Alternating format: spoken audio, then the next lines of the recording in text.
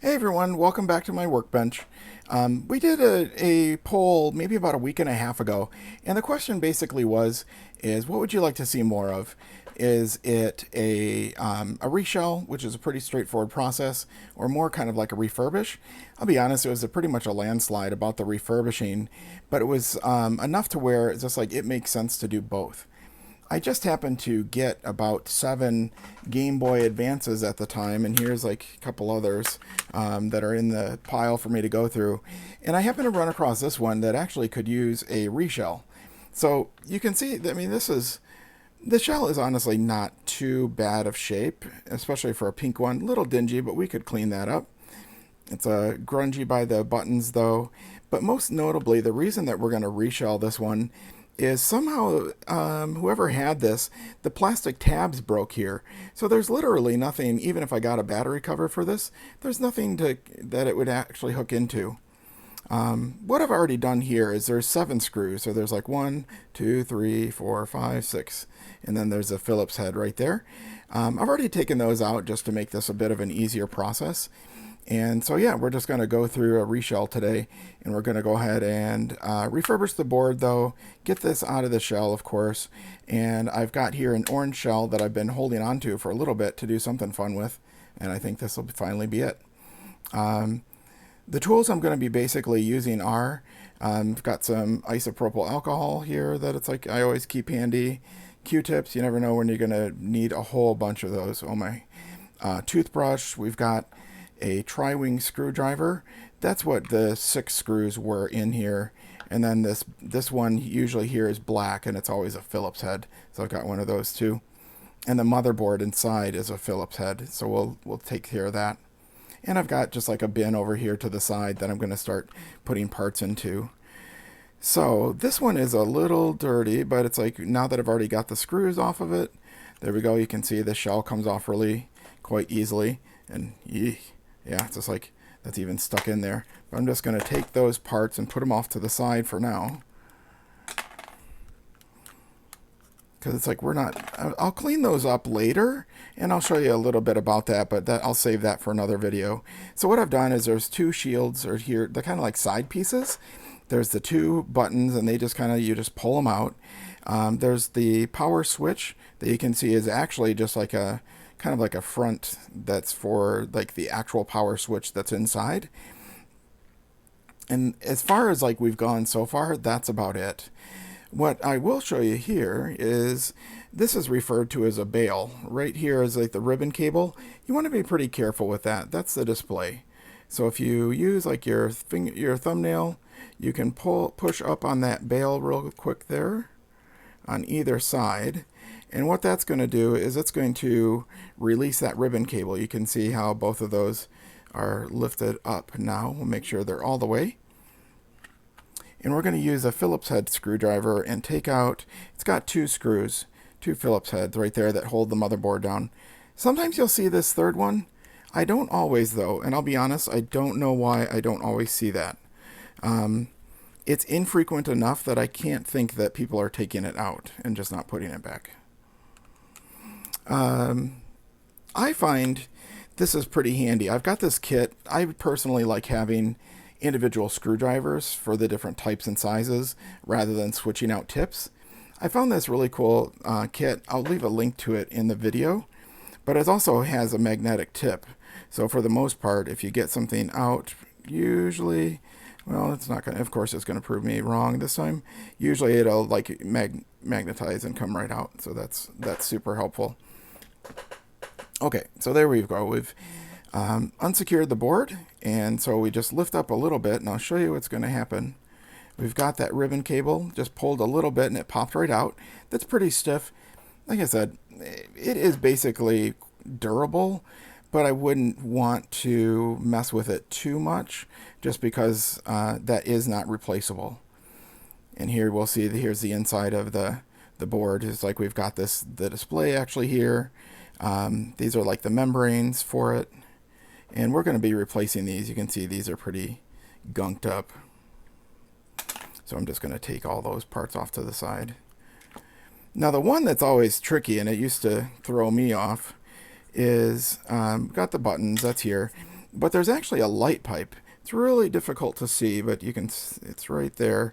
It's clear, and that's what makes this thing so difficult. So like, you almost want to, like, at every stage, you want to keep track of this thing. I put it in, you know, just like I've got like a little bucket here that I put parts into. Now, of course, we're going to need to transfer this display. So you can see it's just like, well, wait a second, like, what are we going to do? It's honestly not all that bad. What you want to do is just like, you're going to take it like this, and you rock it back and forth, and you can see, you might even be able to hear it. It's like that display comes up a little bit, and you just pop your finger underneath it, and there you go. Now, I've seen people save that gasket. I don't really, I've never had any need to, but this one is actually coming out very nicely. So I think maybe we'll give that a shot. So there we go. You know, the lens, okay, so this is a stock lens, stock shell, right? Might be seen as a little bit wasteful, but unfortunately, it's like, it's so scratched up. There's just nothing we're going to be able to do with that. So yeah, so now let's focus on the board. One of the things that's typically is you almost do on every one of these is you want to take some isopropyl alcohol, and the alcohol has got to be at least like 91% or more. And you just go ahead and put it into the power switch. You can see I'm just kind of like dunking it right in there. And you might think like, wait a second, liquid and electronics, what are you doing? It's isopropyl alcohol, and it's high enough content. You don't want to use like the stuff that you just find for home use. It's a high enough alcohol content that it's going to get in there and clean the switch, but it's also going to dry. So you'll see, like, basically by almost like the time that we're done cleaning this board, it's going to be back and ready to go. So there we go. We've got that. Now there's also, well, this headphone jack is actually a little corroded, so we might want to look at that a little bit later. We'll see. We'll see if we get any issues with it. And this is the volume knob. Same kind of thing here. Hold it up vertically, and what I do is I drop a little bit in there. So I drop like the alcohol, move the dial a little bit, drop a little bit more, move it a little bit, drop in a bit more, and I just do that until, and yeah, this does feel a little stiff, and I just roll it back and forth, kind of like back and forth until I get to the other side, and then just kind of keep doing that way. Now, what this is doing is basically acting like contact cleaner.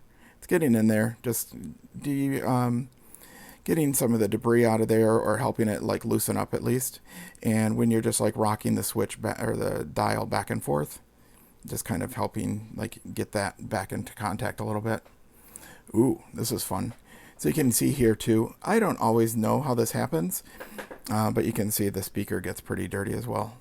But that's okay, because it's like you just take your Q-tip and with a little bit of isopropyl alcohol on it, you can see things are getting a little dirty.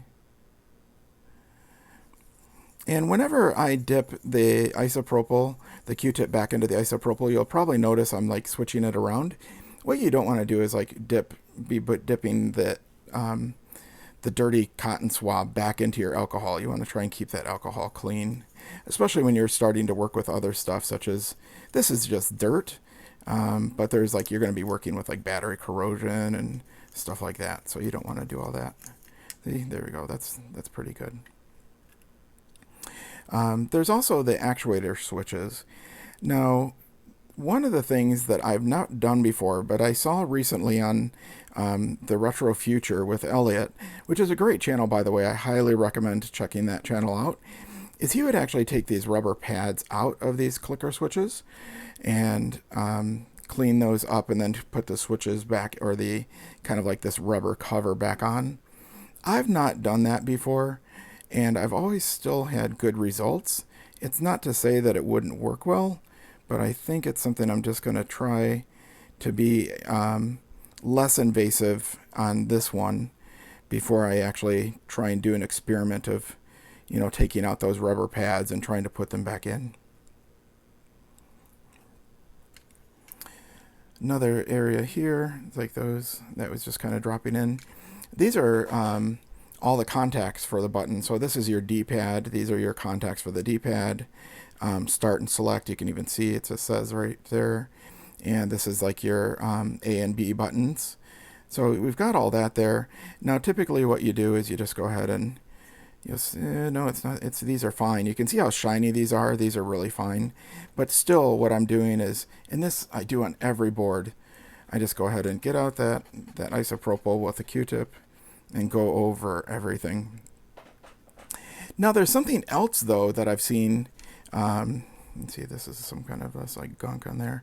There's something else though that I saw Elliot do, and again that's on the Retro Future, that I thought was really interesting, and it made a lot of sense though, is taking a toothbrush, and I've done this to a couple boards now, and I really like the result, is, so for example, just dipping that, I just dipped that toothbrush, and of course this is not the one you brush your teeth with, and actually going in and out of the card slot here to kind of get that nice and clean. So there's that. And again, you know, this is isopropyl alcohol. This is, you're going to see it's going to start evaporating even as soon as it gets in there. So we'll do that. And what I started doing is I just even went through and I just cleaned up the board. So it's like, get rid of, sometimes there's going to be some dried up flux. Sometimes there's going to be some other debris. There's even like a little bit of that corrosion there. It's more like a rusting kind of situation going on there.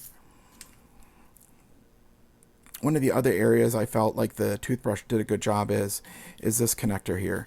I've never been able to get inside this connector and actually clean that up like nice and well, but now I can.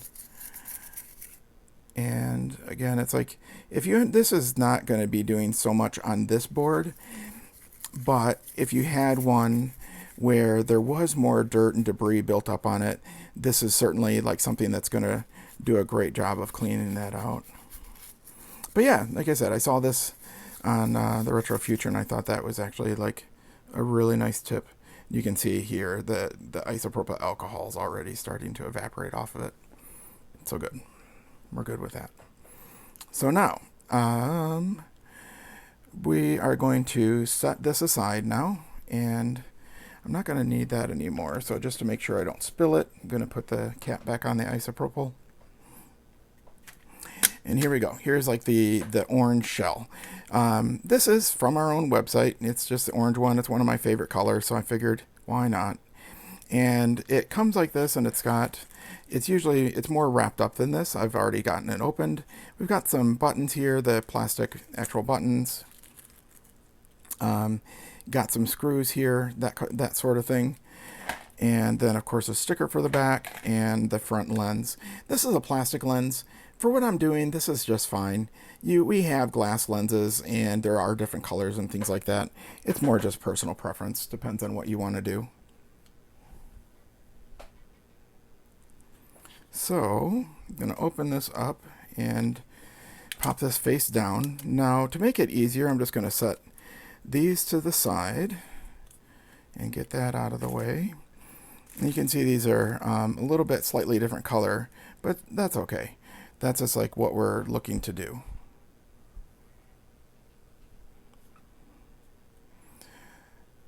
I'll take this.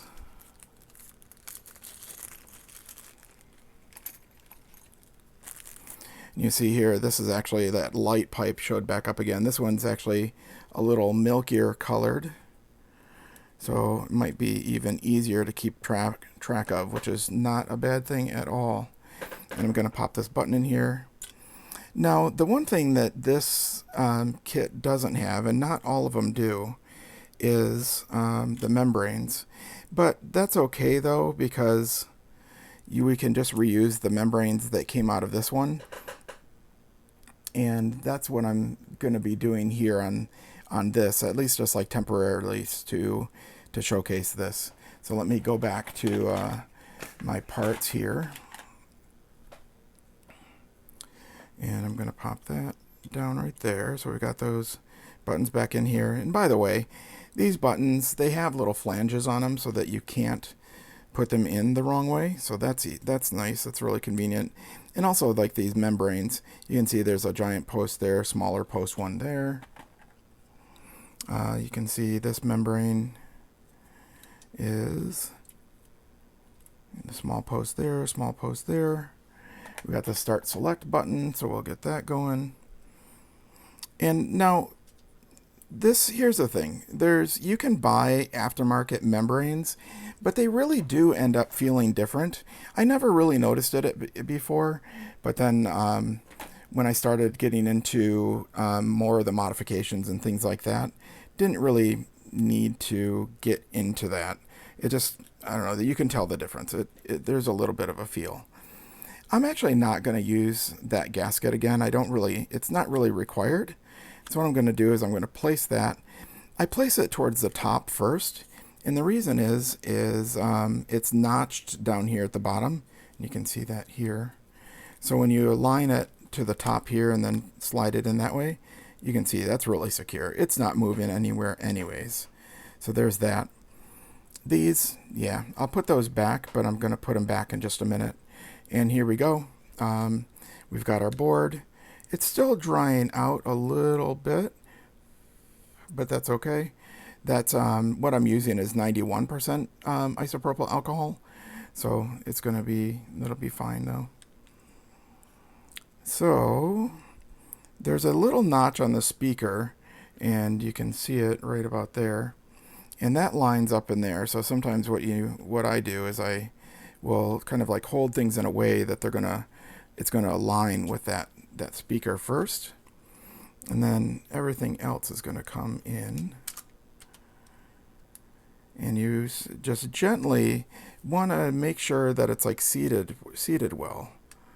And in this one, of course I'm feeling for it. Oh, the speaker's not in there yet. There we go. Now everything's in there. And you'll know it that it's like if you've got it in here and you're holding it kind of like I am, and you've got your thumbs down on it, you should be able to like rock it back and forth, and it's not like, or try to, and it's not going to do anything. If you try and push it side to side, up, down, it's not moving. It's pretty solidly in there. So the next thing is to take this ribbon cable, and you just pop it back a little bit, and I'll bring it up here closer, and it's going to slide right into there. And again, these are called the bail, and you just take those little pins, push them back down, and it's secured in there. When this is done correctly, this is going to be an even line right here, and you're not going to see any of that metal contact, or just like a very little bit of it. If it's sideways a little bit, or if this is pulled out, it might work, but it also might not. So it really depends on what it is that you're seeing. So you want to be careful with that. Now then, we've got some screws that we could hold down the motherboard with, and I'm going to grab actually the ones that we had pulled out before. Whenever possible, I have to say, I do like using the original screws that came with the consoles, even though this is an aftermarket shell. And so we're going to get that going. And personal preference is I put in one and then the other. And because of the buttons, sometimes you'll find that it's a little easier to hold the board up a little bit before you start actually putting in the screws. That way the motherboard's all the way down the way it should be. And of course this is going to act up a little bit. So I'll start it a little. Pull this up. Yeah, we got the board is back in and secure. So there's that. That's good. And I'm just going to finish that up. Now it's going to tap things a little bit. Tapping meaning it's going to be this like pushing this in a little bit. Now the reason for that is that these are like original screws. So it's like there's not like there's no like machined parts that are part of this just yet.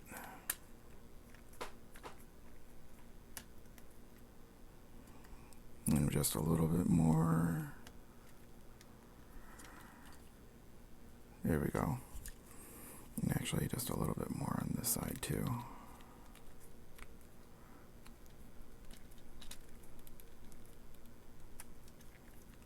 There we go. We've got that secure.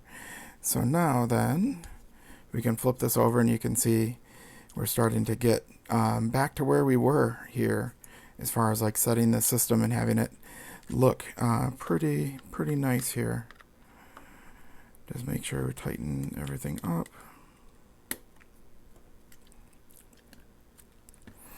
So there we go. Now these shoulder buttons, left and right, whatever you're thinking of, it's just like it's easier to remember that you want this little nudge to be up. And that's because it's going to be like this. So like if you were holding it, you could see the L on that. And it just slides in here. I find this is just easier to do after the motherboard's in there. So you just pop this in and you can see there's that little hole there. And that's where the post sits. So you can see it just really easily sits right in there. It's not a big deal.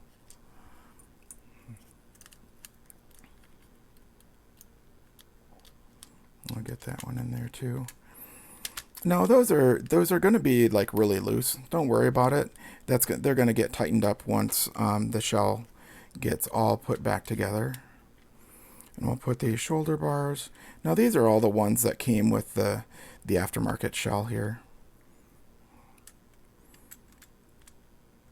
And you'll find it's like aftermarket shells, you know, they're not always as super well built as the OEM ones, but they also, if you don't have an OEM shell that you can salvage, it's certainly not like a bad thing to go the route of an aftermarket shell.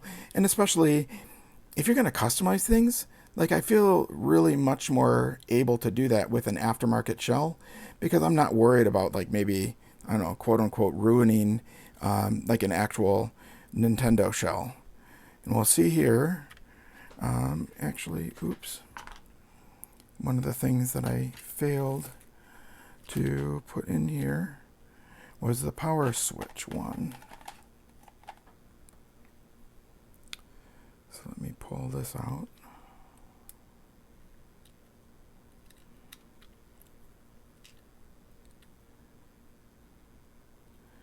Slide that in.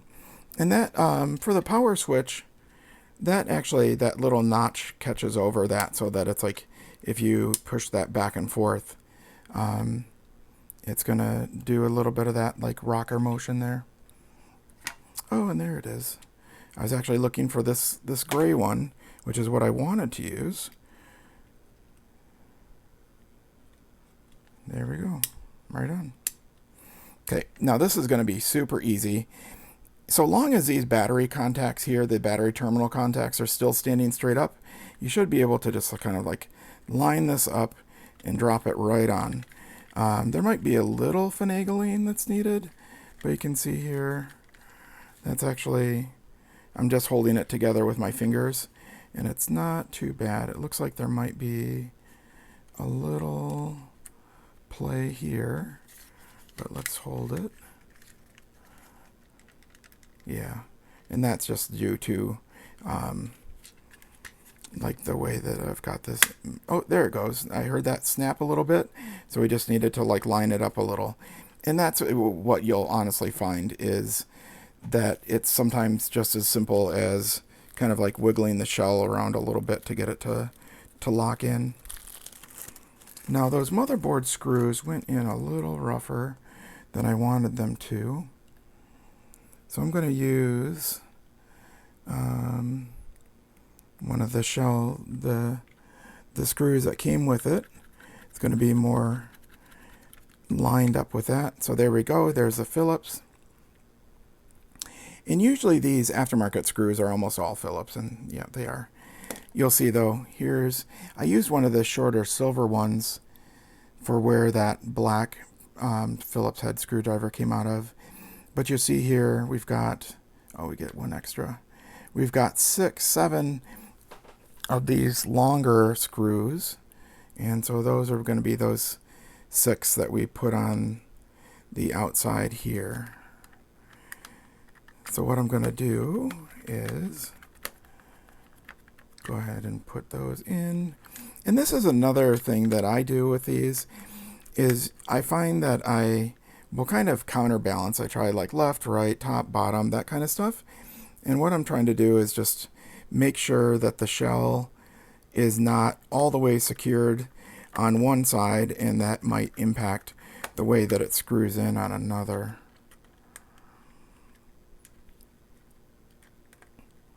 Again, I really like this kit. I don't know what it is. I just really like having individual screwdrivers for like all of the different sizes that I need. And I'll link again to this kit. I'll also, what I'll do is, I usually get my isopropyl alcohol off of Amazon, and I'll link to that too. So here we go, back that out a little bit. It's really inexpensive. I think I most recently bought 2 16-ounce bottles of 99% isopropyl alcohol, and I got that for like $9. So that's not bad. And honestly, even for 2 16-ounce bottles, that's going to last you a ways. Might even be more if you're looking to do, or a little, if you're only looking to do the 1 mod or something. Oh, by the way, I should mention, actually, Walgreens, and so maybe CVS, but I know at least Walgreens does, has 91% alcohol, or isopropyl alcohol that you can buy, which is very convenient, so that if you wanted to just do like 1 mod, you don't have to buy or just 1 Reshell. You don't have to buy a whole bunch of it like I do. You can just buy the 1 bottle. I want to say, like around here, I'm in the Chicago area, it's like $3.90 for 1 bottle of 91% isopropyl. And here, now aftermarket shells, these are all tapping screws. So what that means is, again, that it's making the path into the plastic at the same time that you're screwing it. So there we go. And we've got that working. And the buttons here, nice and clicky. We've got like the light pipe there. We've got our power switch. That looks like actually it could be a little tighter. So we'll do that. And I think that's good. And so what I'll do is I'll turn the volume all the way up, and we're just like, hey, we're good, right? No, not yet. We actually need to do, we've got the lens, of course. Usually the lens, when you get it like this, there's going to be 2 sections, and you might, I don't know if, yeah, you can see it here. There's a line here. There's the inside, and I always will peel that off first, and I just get my fingernail in there, push down pretty hard, and I peel out this middle area. And you toss it. You don't need that. And I'm always very careful, especially at this point. Now we've peeled away the protection for this middle. So let's do this. And I very carefully take my fingernail and just kind of peel away the backing of the adhesive for the lens. And what I do is, I've found works best for me, and you'll see there's little scratches on this. It's on the film that covers it, the protective film. I've found that if I line it up at the bottom first, so you'll see I've kind of like, I'm pushing down towards myself with this, and I pop it in there. I've always found that works the best for the alignment. Every once in a while you will find either the shell or a lens that's not quite perfect, and you'll just find it, I find it much easier. Like, it always works if I go like bottom first and start there and then push it forward. And yeah, there we go. This has been like the Reshell of a Game Boy Advance. You can see everything's looking pretty good here, except for, let me actually complete this. And we'll get the sticker. Now the sticker, I will admit, I always have a bit of shakiness to myself. So I am not always the best with the sticker. But who knows, maybe because I have an audience, not too bad, not perfect, but also not bad. A little bit off, but doing it through the camera isn't too horrible. But there we go. So now we've got that all set. And hold on. Just 1 second. I'm going to go get some batteries. Okay, went and got some batteries real quick. Sorry about that. I thought I had my bench, but I didn't. We don't have to close this up, but I will just for niceties. One of the things I always check when I'm turning these on, or else I'm going to have some kind of minor panic, is the volume. I always turn it all the way up. We've got the power switch. Everything looks like it's sealed up, stuff like that. And we'll turn this on. There we go. Next up is, I'm probably going to leave it on for now, but there is a little bit of a plastic film that protects the screen here, and you can just peel it off. I'm going to leave it on here for now because it's like, I don't know what I'm going to do with this just yet. I might, I don't know, I've got some friends that still don't have Game Boys. Maybe I'll hook them up with something like that. But you can see, you know, coming from our roots of this very filthy kind of like system here, to something really nice, bright orange. Feels really good because it's got the OEM membranes, stuff like that. So we're in good shape here. Cool? Well, thanks for watching. Catch you next time. Bye.